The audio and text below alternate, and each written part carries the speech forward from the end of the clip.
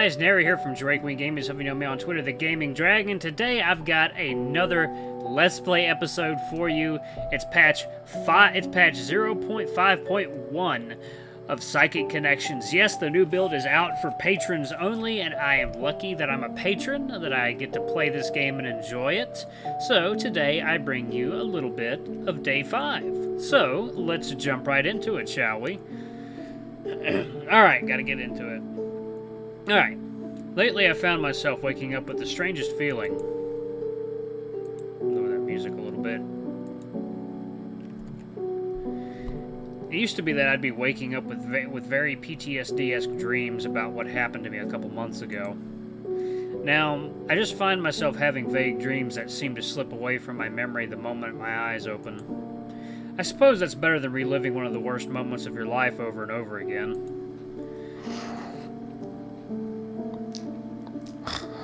Oh god, it's so loud.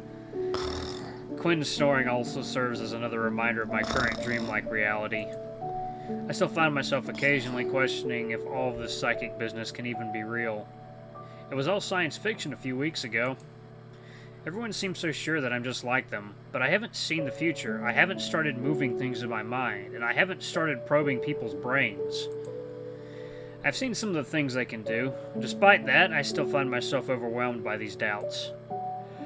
I'm not sure I doubt their abilities, yet at the same time, I can't help but doubt their beliefs that I'm just like them. Would any of them even be talking to me if they thought I was normal? Would I have been talking to any of them if they hadn't dragged me into all this? My thoughts are interrupted by a vibration pulsing through the back of my skull. My phone must have gotten nudged under my pillow. Huh, I guess Zoe's been texting me for a few minutes now. I suppose that explains how I even woke up before my alarm. Elliot and Jude are both meeting you at the cafe. I'm riding up to Aiden, so I will see you there. Be sure to let me know if anything goes wrong. By the way, did Aiden text you any links for this book on camping etiquette? Ah. Morning, and no, he hasn't.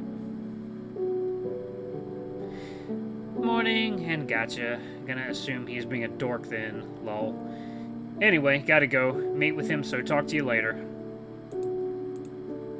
When Zoe told me about the others, I had half expected I'd discover some sort of secret society. Like she'd take me to some alley, knock on the wall, and the floor would open up to some sort of psychic temple. That's probably a bit too much of a fairy tale for reality anyway. For example, if superheroes were real, why would they all be vigilantes fighting for justice? I should probably wake Quinn up. Wake him up suddenly. Come up gently. Gently is good. Creeping off of my bunk slowly, I slide up next to the sleeping bunny. I can't help but admire his unique sleeping position. His lower body is twisted completely in the opposite direction from his torso. His left arm is splayed across the bed while the right is twisted around his backside. That's adorable. How could anyone sleep like this? It's like a scene from a horror movie. The only thing not wrong is the peaceful look on his face. The only thing wrong there being his black eye. His eyelid is still very discolored, but it no longer looks as swollen as it did previously. Zoe's prescribed black eye treatment must be working. As much as I want to let him keep sleeping, as well as fear the unique bending of his anatomy, we really need to get ready for class. My hand presses his arm as I place it atop his shoulder before shaking the slumbering rabbit ever so lightly. Quinn, wake up. We need to get to class. 5 more minutes, babe. Did he just call me babe? We don't have time for him to sleep for 5 more minutes. No can do, babe. We've got a class to get to. What? Quinn begins wriggling out under his covers and stretches his arms outward. His mouth gapes as a large yawn escapes his muzzle. Man, I was having such a good nap, too. Well, you can catch a nap when we're headed to the campsite later. We've got to get to class. Oh well, no worries then. I wasn't planning on going to class, especially with the black eye. Are you sure skipping is a good idea? It was just an intro and they handed out the syllabus last time, but we're guaranteed to get some kind of work this time. Well, I've got to. Couldn't just take some notes from me and bring them back. Oh, it'd be nice having him go with me. No, it's not okay for Quinn to be missing classes, and if I have to put in effort to convince him, so be it. Jeez, it must be pretty bad. I guess if you can't get to class, you're probably not well enough to go camping either. Wow, that's low. You know how much I want to go through that. Fine. I'll go. It'd probably be good for me to get out of this room anyway. I just need a few minutes to get ready. Do you need help seeing at all? I could be your seeing eye dog. As cute as that idea is, it's not as bad today. Still blurry, but I imagine I can get there just fine. Quinn proceeds to throw his usual pink overcoat on and checks on his eye through his phone camera. Grabbing our bags, we both walk out the door together and head to an English class that neither of us are particularly looking forward to. Walking through the campus alongside Quinn, I catch him yawning on numerous occasions. Did he really not get enough sleep? When did you get to bed? Late. I wanted to go to bed earlier, but... Hey, this might be a random question, but do you know how noisy your neighbors are? No, I haven't really met them yet. I see. Well, I'm sure you'll notice how loud they can be at some point. So something my neighbors were doing kept Quinn up. I'll have to talk with them at some point. It's unlikely that we're going to survive an entire semester with noisy neighbors on the other side of the thin dorm walls. Quinn rushes ahead of me and points at a building with a plainly written sign that says, Dining Facility. Mason, let's stop in here really quick. You want to stop in here? Right now? We've got to get to a class. I like the food here. It won't take long, I promise. Zoe had some interesting things about the dining facility. Had said some interesting things about the dining facility here that made it seem like I should be staying away from there. Okay, but only a couple minutes. Yes, delicious muffins, here I come. Quinn runs ahead of me into the dining facility and I'm compelled to follow suit. Hopefully this doesn't end up being a major detour. We still have a class to attend. Walking into the cafeteria is an interesting experience. The scents outside really intensified once I walked indoors. Oh, why am I yawning? Looking around the facility, it seems to be your average cafeteria. There was a food line, microwaves, and tables to sit at. However, despite the normal appearance, the smell tells another story. A strange concoction of fruity and fishy at the same time. Getting closer to the food doesn't help. What sort of madman is concocting these meals? They can't be up to health codes. What'll it be? What'll it be? The meal server looks at me expectantly. I'm gonna have to make a snap decision here. Otherwise, I'm gonna hold up the line. I think I found myself boarding a banana pea. I don't even know if I wanted it. I just couldn't decide and the pressure was building. The server hands me a tray with a slice of banana-topped pizza along with 2 dipping sauces. From the look and smell of both of the liquids, I was likely given ranch dressing and soy sauce.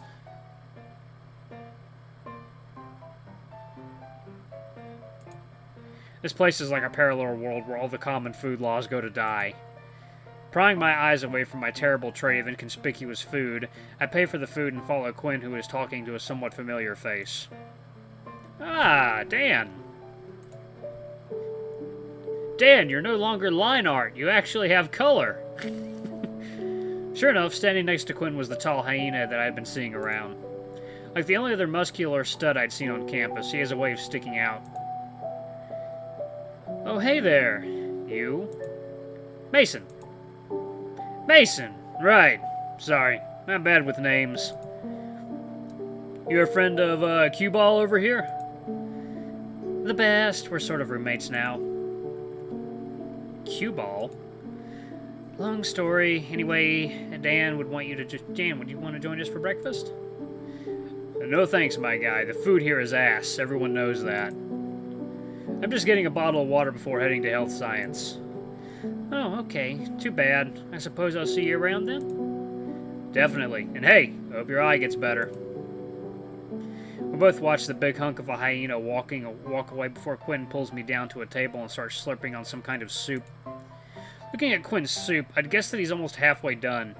He's eating fast, and I should be too. We still have a class to get to. Sure. Let's eat the banana pizza. Well, I've had pineapple on pizza. Why not fucking banana, too? Okay. I'm stronger than this. I can do this. It's just food. It's just weird, funky food. Placing against my lips, I force my muzzle open as I allow the first bite to enter my mouth. Oh shit, did I die? Hell. That's where I am. I feel nothing, like I'm fading away into darkness, into dust. Mason, you need to get up. Mom?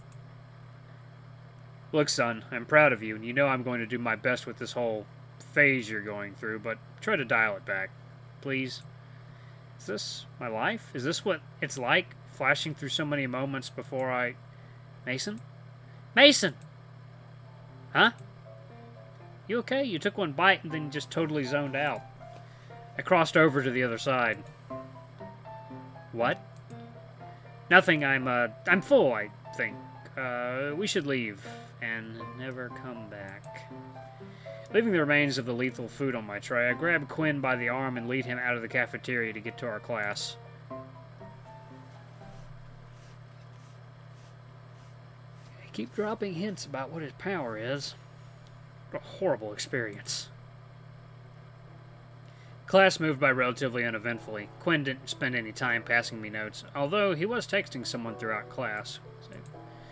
Not that I would have noticed. My mind was so not there throughout class. My last meal was still haunting me. The instructor ended the class by assigning us to write a short argumentative essay on a major social or political issue that is important to us. It sucks that the essay is due at the beginning of next week, so I'm going to need to do a little bit of research while I'm camping in Cram Sunday night. Speaking of camping, are you ready to head back to the room? Yeah, no, I totally am. Just trying to think about what to do about this dumb assignment. This weekend is going to be great, though. I always have the best times on trips like these. Plus, it'll be the first time we have you with us. Yeah, I'm looking forward to it, too. I wasn't sure if I was before, but I think I really am. We should probably hurry back to the dorm room, though. Drop off our shit, pack a couple quick bags for the weekend. Can't argue with that. We don't want to keep anyone waiting. The two of us skedaddle back onto the dormitory to organize what we plan to take on this trip. Walking back into the room, Quinn quickly gets to work zipping open the bags he'd brought from his room last night. Reading so much definitely makes me yawn. He begins putting various clothes and electronics into a small duffel bag. I also notice him putting creams and sunblock into his bag. We're going to be out there a couple days. It wouldn't hurt to bring sunblock. Following his lead, I begin packing myself a small backpack, and we're both ready to go in a matter of minutes. Hey, did you pack a pair of swimming trunks? No. Why? Zoe said there's a small pond or lake or something. Right, but like, it's September. It's not really that warm. I'm just saying, could be worthwhile to have. I'm bringing mine anyway. Looking at my bag, I guess I can make space, although I'm not really expecting to make use of them, or a towel this weekend. Who knows, maybe it'll be hot this weekend. I haven't exactly looked at the weather, and it's been warmer today. While stowing my trunks and towel into my bag, Quinn taps me on the shoulder and shows me a text on his phone confirming Jude's on his way to Elliot's. With nothing keeping us here, we begin our trek to meet the two at the cafe. Let's save. The buzzing in my phone makes me pause my walking for a moment, and Quinn pulls out his phone as well. Hey guys! Operation Friendship. Okay, so while we do this camping thing, we gotta make sure we get Aiden and Jude on the same page before we leave. I still don't know about forcing them together. They fought for too long. It must end. Elliot, Caps. Damn. I swear my fat I swear my fat thumbs are too big for this phone. I don't know if it's a good idea, but if we can get them to get along, then I say it's worth it. That's the spirit. In the meantime, don't let Jude know about Aiden until you get there. Otherwise, he might try to turn the car around or something. Me and Aiden are almost at the site, so I'm turning my phone off to save battery. Bye, Zoe. See you soon. You two hurry your little butts over here.